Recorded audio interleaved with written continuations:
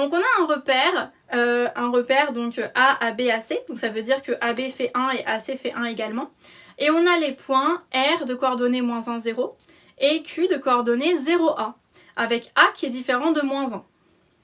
Montrez que BC et RQ, donc les droites BC et RQ, sont séquentes. Est-ce que l'un d'entre vous saurait comment faire pour montrer que ces droites sont séquentes? Autrement dit, montrer qu'elles ne sont pas parallèles. Parce que comme on est dans un plan, on sait que deux droites séquentes sont simplement des droites qui ne sont pas parallèles.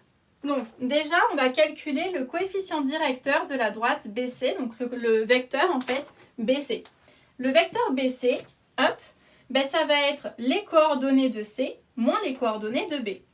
C, on sait qu'il a pour coordonnées 0, 1, parce qu'il fait partie de notre repère, hein, le repère est formé comme ça, donc C c'est le vecteur, enfin le point C c'est le point 0, 1. Donc C, 0, 1, et moins les coordonnées de B, mais B du coup ça va être le point de coordonnées 1, 0. Donc 1, 0. Finalement le vecteur BC, c'est tout simplement le vecteur moins 1, 1. Comme ceci. Ensuite, on va calculer le vecteur RQ. RQ qui est le vecteur directeur de la droite RQ. Le point Q a pour coordonnées 0A. Donc on va avoir ici, hop, 0A. Et ensuite, on va avoir le point R qui a pour coordonnées moins 1. Donc moins 1 plus 1 et 0. Donc moins 0. En fait, ça nous donne tout simplement 1A comme coordonnée.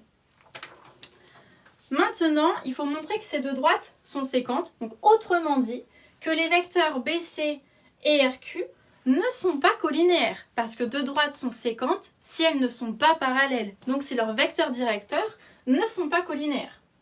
À quelles conditions ces deux vecteurs sont collinéaires? Ils seraient collinéaires si, pour passer